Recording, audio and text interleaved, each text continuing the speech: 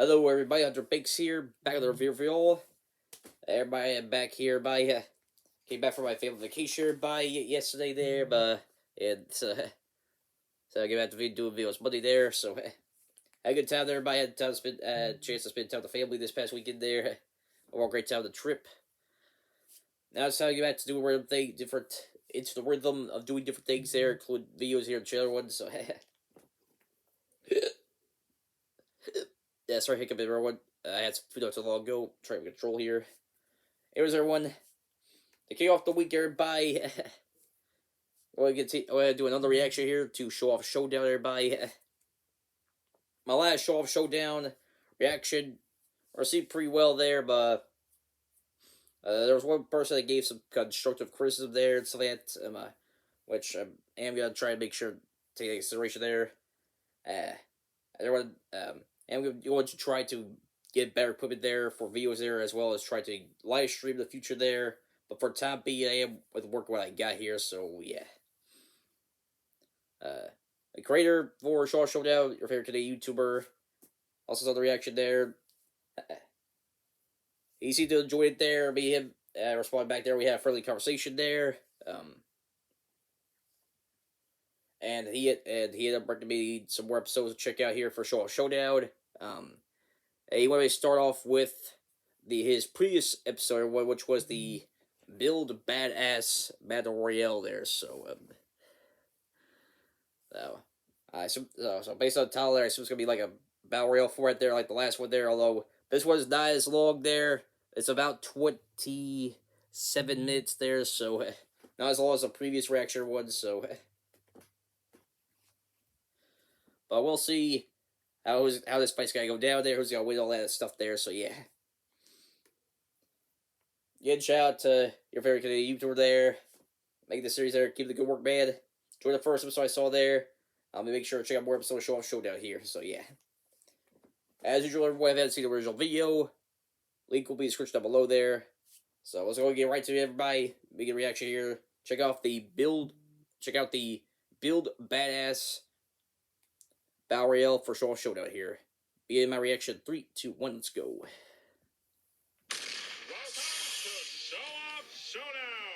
In this series, the fighters are called show-offs, and this is the series called the Showoff Showdown. Now let's meet the show-offs for tonight's showdown, shall we? Tonight we have a battle royale unlike any other between the four kings of Build Engine FPS: Duke Nukem, Lo Wang, Caleb, and Shelly Bombshell Harrison. Oh, and before we begin, this battle will feature a full pre-analysis for all four characters. So sit down and strap in, because it's going to be a long run. Now without further ado, everyone, the only one I'm familiar with Nukem here, so fair warning. This pre-analysis may contain some spoilers for certain games such as Shadow Warrior, Blood, and Ion Fury. So if you don't want to be spoiled and want to experience the games for yourself, I recommend doing so before continuing to watch the video. But if you've already played the games or don't mind any spoilers, then feel free to continue watching. The Build Engine is one of the most innovative and important game engines in the gaming industry, and it has given birth to a whole subgenre with some of the greatest classic first-person shooters ever made. Four of which being Duke Nukem 3D, Shadow Warrior, Blood, and the more recent throwback, Ion Fury. The subgenre of Build Engine heard a little bit of Shadow Warrior one. I haven't played the game myself though. Like I said, the only one I'm really familiar with is Nukem there. So each game comes with its own memorable, badass one-liner spitting protagonist. And this pre-analysis will have we'll check out the other characters. I'll learn some about the other characters here while watching this fight. But for the time being, I'm going to Nukem. So Caleb and Shelly Bombshell Harrison. In a world full of badasses, these four are the kings. But there's only room on the throne for one king or queen. So who's gonna take the crown? Well, let's find out. Who better to start off with than Duke Nukem? Now this guy hardly needs an introduction, unless you're not a 90s kid, which I'm guessing most of you aren't. So I'll give a brief description. Duke Nukem is basically the pinnacle of 80s and 90s action hero cliches. He's the savior of Earth, the alien arse kicker, and the king of the world, baby. While Duke's reputation has kind of gone downhill ever since you know which game came out. Duke Nukem forever there, yep. Duke's tropes are kind of outdated by today's one game not look back on very fondly there. Memorable video game characters of all time to this day. Now that we've summed up Duke, let's take a look at his stats, shall we? Being a muscular powerhouse, Duke is strong enough to decapitate foes with a single kick, physically overpower large alien cyborgs and mutants, and easily rip enemies' heads clean off. He's fast enough to outrun RPG rockets, dodge plasma and machine gun fire, and hop between buildings like a typical action hero. And he's durable enough to tank bullets, lasers, point-blank explosions, and he can survive the vacuum of space without a suit, but only for a limited time since he still needs oxygen. Not only is Duke one tough mother effer, but he carries an enormous amount of weapons in his arsenal, including the following: a mighty foot which crushes foes almost instantly, a semi-automatic pistol, a classic pump shotgun, the Ripper cannon, which is a triple-barrel machine gun, an anti-tank RPG rocket launcher, remote detonated pipe bombs, the Shrinker, which shrinks enemies down to make it easier to squish them, the microwave expander, which does the exact opposite, expanding enemies like a balloon until they explode, Dig Dug style, the laser trim bomb, which can be attached to surfaces and explodes when enemies are near it, the freeze thrower, which freezes enemies solid and shatters them like glass, Sub-Zero style, the incinerator, which is basically a projectile flamethrower, and the Devastator, a shoulder-mounted miniature missile launcher. Try saying that 5 times fast. Now, outside the original Duke 3D game, Duke has quite a few other weapons throughout the years, including an atomic bolt pistol, a Golden Colt M911 with laser sight, a railgun with a sniper scope, an alien homing missile launcher and laser minigun, the Impregnator, which files green alien goo, a potato gun called the Noob Tube, named after Call of Duty 4's infamous grenade launcher attachment, the DFG, which is basically a ripoff of BFG from Doom, the Stealth Generator, which makes targets invisible, a sniper rifle, the X3000 lightning gun that targets all enemies in sight, the Holy Hand Grenade ripped straight out of Monty Python, and a crap ton of other weapons, which are mostly just mediocre versions of weapons I've already mentioned. Duke also carries a lot of non-weapon items, including a portable medikit, beer cans and whiskey, which restore health and increase defense, but makes Duke drunk, steroids, which temporarily increase Duke's strength and speed, portable force field, the Hollow Duke, which turns Duke invisible and creates a hologram of Duke to distract enemies, night vision sunglasses, scuba gear, a jetpack, protective boots, and a mighty foot monster truck. Needless to say, Duke has got one big arsenal. Now, as impressive as Duke makes himself out to be, he's definitely not without his weaknesses. Duke is very overconfident and egotistical, refuses to wear armor because he thinks he's invincible, and power armor is for wussies. And he probably has several health problems thanks to the mix of alcohol, steroids, and cigars. Not to mention, Duke really loves women. A bit too much, maybe, as he's a hardcore womanizer, a bit semi-misogynistic, and he can go into fits of rage whenever women are kidnapped by aliens. And he spent 14 years in retirement doing nothing but lounging around with babes. But despite his flaws, Duke will always be ready to kick arse and chew bubblegum. And he's all out of gum. Now that we're done with Duke, let's talk about the Shadow Warrior himself, Lo Wang. Now keep in mind, this is strictly the classic Lo Wang, which means I will not be using any feats or traits from the Shadow Warrior reboot. The modern Lo Wang is sorry to get names mixed up everywhere, so I said, well, I'm really familiar with Duke up there, so yeah. Lo Wang is the Shadow Warrior, a master martial artist who carries around more guns than the average ninja. Lo Wang once worked for a man named Zilla. No, not that Zilla.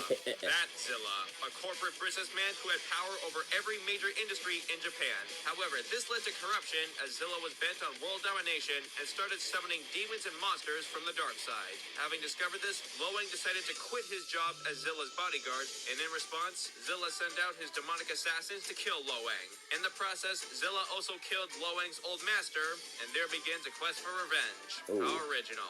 Not only is Lo Wang a very skilled martial artist, but he's pretty tough for a seemingly old man, as he's strong enough to punch large enemies and monsters to death with his bare hands, can slice people and demons clean in half with a casual swing, and he can stand and run on top of an airplane in mid-flight without falling off. In terms of speed, Lo Wang is very agile and acrobatic, and he's fast enough to dodge rapid gunfire, fireballs, missiles, and explosions. He's also durable enough to tank point-blank explosions, survive nuclear radiation poisoning for a substantial amount of time without any long-lasting effects, and he can stand in lava for about 5 to 10 seconds before it kills him. Not to mention, Lo Wang can also survive being stung multiple times by what appears to be Asian giant hornets, which are one of the largest and most dangerous insects in the world, which carry a very painful neurotoxic sting that could potentially kill a human. And yet, Lo Wang can survive being stung multiple times without any long-lasting effects, and he can tough out the pain like it's nothing, which is pretty impressive considering that a single sting left Coyote Peterson in agonizing pain for about 36 hours. I remember that vid. Oh man,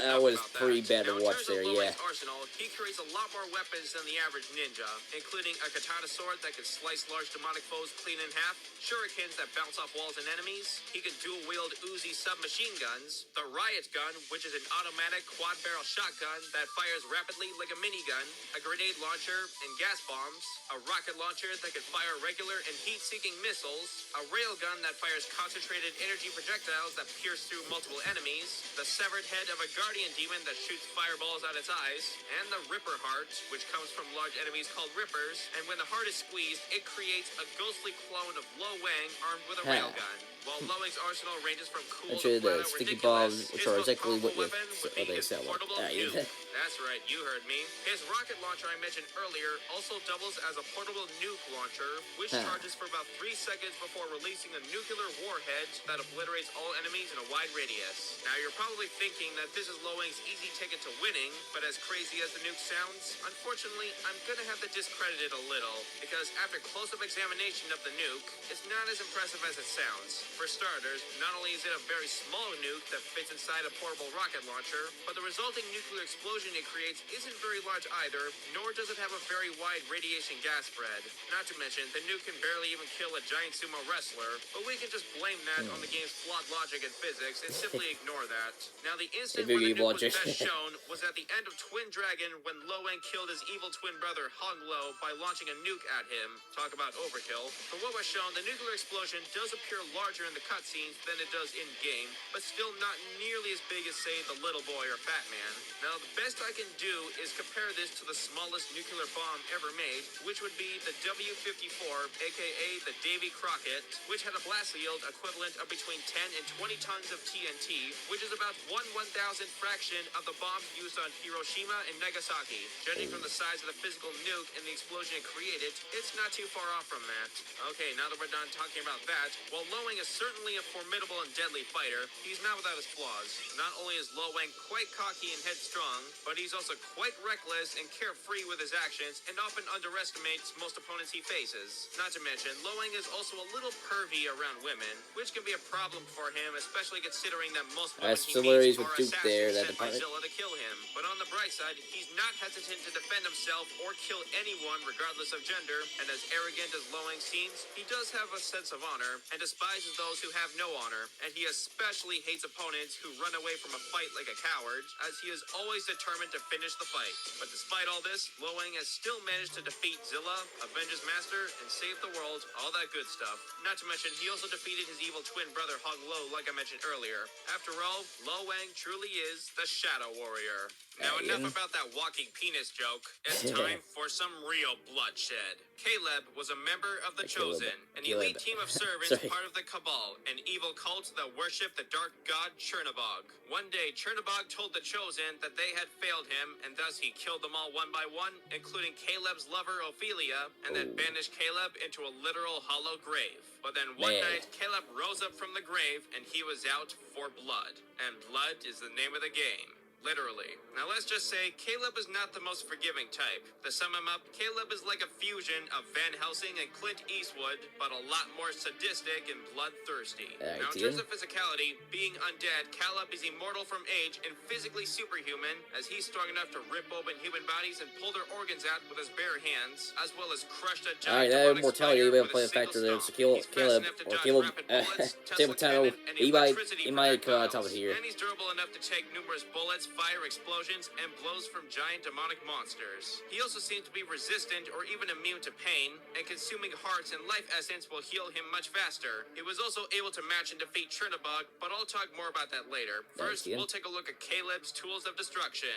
Caleb carries a rusty old pitchfork to skewer enemies with, a flare gun that lights enemies on fire almost instantly, a sawed-off shotgun which can quickly fire 2 spread shots at a time, or a bigger shot from both barrels at once, a Thompson submachine gun that pierces and mows down enemies rapidly, the napalm launcher which fires explosive balls of fire and acids that can vaporize human flesh down to the bone. He also carries bundles of dynamite that he just throws at enemies and watches them explode into bloody chunks, as well as proximity detonators that are placed on the ground and explode when stepped on, and remote detonators which are basically remote detonated sticks of dynamite. An aerosol can with a lighter which is surprisingly a lot more effective than it seems. He can even just light the whole can and watch it explode in a blaze of fire. The Tesla cannon, which shoots rapid-fire bolts of electricity, as well as high-concentrated blasts of electricity, a voodoo doll, which when stabbed can damage any enemy within Caleb's line of sight, or even cause instant death by waving his hand over it, although Caleb could accidentally stab himself if there's nobody in his surroundings to use the doll on.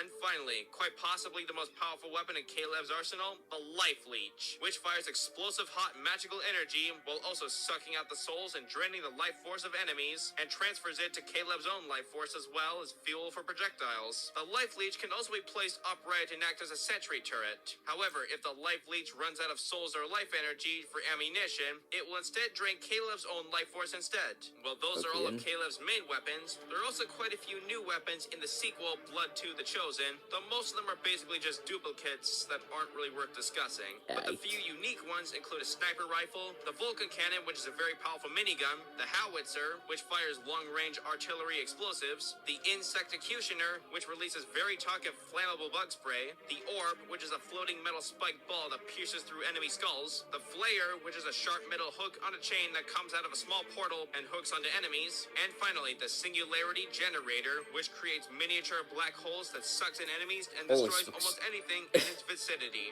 Okay, now that we're covered all the weapons, let's discuss Caleb's most impressive feat. At the end of the game, spoiler alert, Caleb confronts the Dark God Chernobog, who reveals that he killed the other Chosen to ensure that Caleb would return seeking vengeance, because every life that Caleb has taken has made him stronger and grown more powerful, and Chernobog intended to use Caleb's power to throw open the doors between worlds and inherit the Earth. But things didn't go the way Chernobog planned, as Caleb ended up defeating Chernobog in battle and inheriting his godlike power. Now, exactly how powerful is Chernobog, you may ask? Well, it has been said that Chernobog is the one who binds, and his job is to maintain the threads of reality and keep the dimensions separate from each other. So how powerful does this make Caleb now that he inherits this power? Well, that's a pretty tricky question to answer, because you see, Caleb actually never uses his godlike powers, and mostly just sticks to killing people the old-fashioned way like he always does. Also, Caleb has implied that he doesn't really know how to use those powers, and the only time he has ever been sort of shown using them was at the end of Blood 2. You know what? I'll just show the clip. It's not over, Caleb. You must seal the rifts. You must rebind the fabric of this reality before it tears itself apart. Yes. I don't know nothing about that kind of stuff. The power is within you.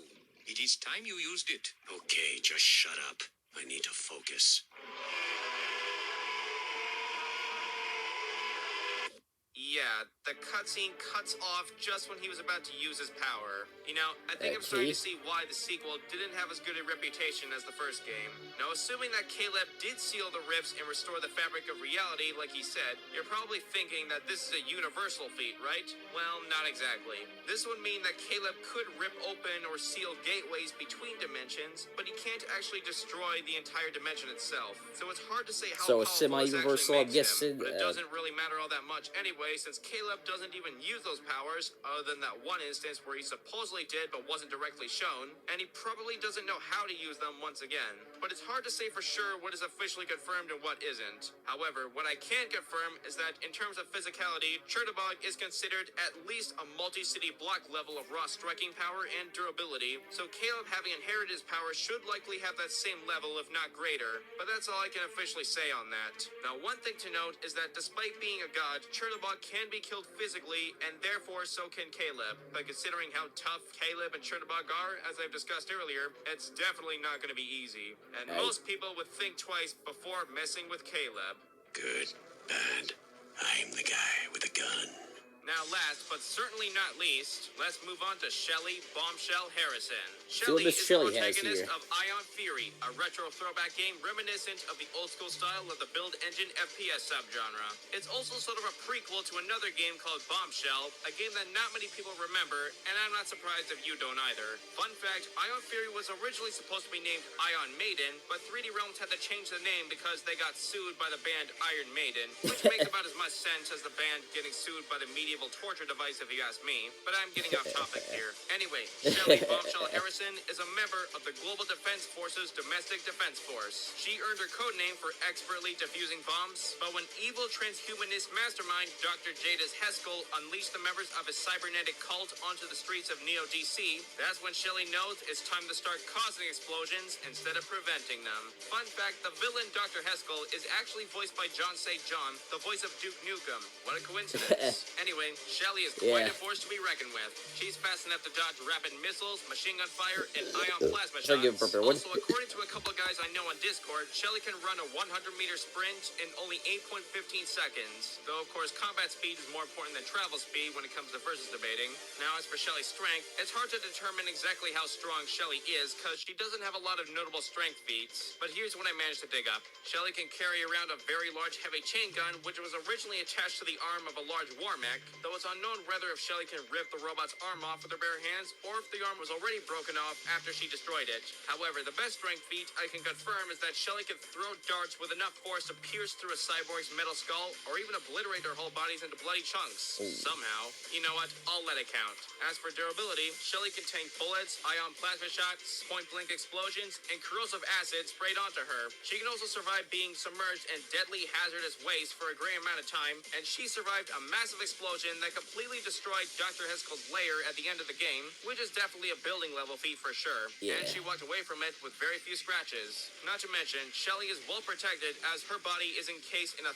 thick layer of bulletproof Kevlar armor from head to toe, so she's well suited for combat. No pun intended. Not to mention, I personally think that Shelly's design is a great example of how a female game protagonist doesn't have to be overly sexualized in order to look good while fighting, but I won't dig deep into that controversy. Trust me, we've got bigger fish to fry. Anyway, Shelly isn't nicknamed Bombshell for nothing, as she loves her guns so much she's given them all names, including the Lover Boy, a triple-barrel revolver that can lock onto multiple targets, the Electrofire, a police baton that electrocutes enemies when she whacks them, the Disperser, which is basically a hybrid of a shotgun and a grenade launcher, the Penetrators, which are dual-wielded submachine guns that can set enemies on fire, the Cluster Puck, a throwable mine that detonates upon impact or releases bouncing cluster of shrapnels to a large area, and Shelly's signature bowling bombs, which are basically explosive bowling balls that seek out enemies as they roll. But her two most powerful weapons are the ion bow and the chain gun.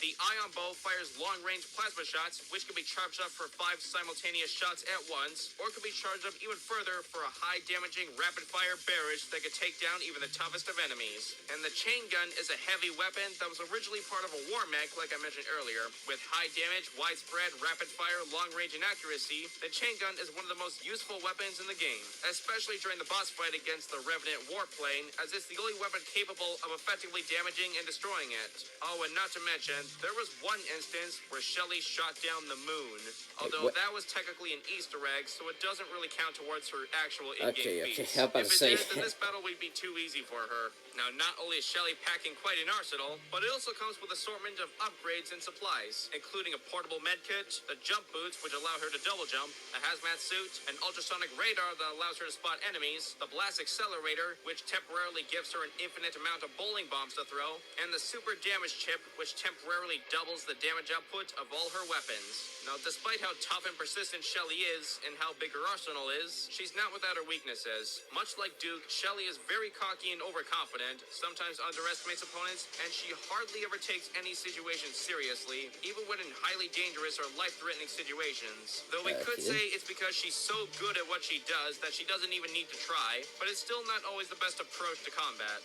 Not to mention, Shelly seems to have a bit of a short fuse, a drinking problem that can be distracting at times, and she also doesn't wear a helmet, except in the options menu, which could potentially leave her vulnerable, though she seems to be doing fine without one, so maybe not. Not to mention, Shelly appears to have some form of prejudice against machines. Never trust a machine. But despite her flaws, Shelly's bravery, stubbornness, and determination still led her to defeating Dr. Heskell, saving the ODC, and celebrating with a nice cold drink. Shelly has proven that she truly is the Ion Fury. See what I did there? Okay. This is it, folks. Who will be the winner of this ultimate well, crazy quick epic predictions or showdown? what after It's here, time the to analysis or find whatnot out. here. Without further I'm ado, going to Caleb as the it's first time pick for the there, Showoff but I'm going with Showdown. Shelly as the second pick if Caleb ends up not winning this one here, so my name. I'm not gonna fight you. I'm gonna kick your ass. Bring it on. Good. Shelly. I could do this all day. Sure, let's dance. We're done when I say we're done.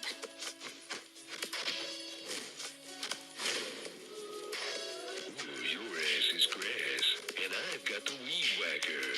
Oh, I don't think that's covered under warranty. Oh my God, the quarterback is toast. You're pissing me off.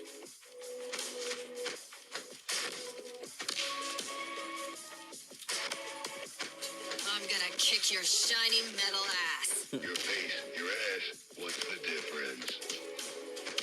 There's only two ways this can end, and in both of them, you die.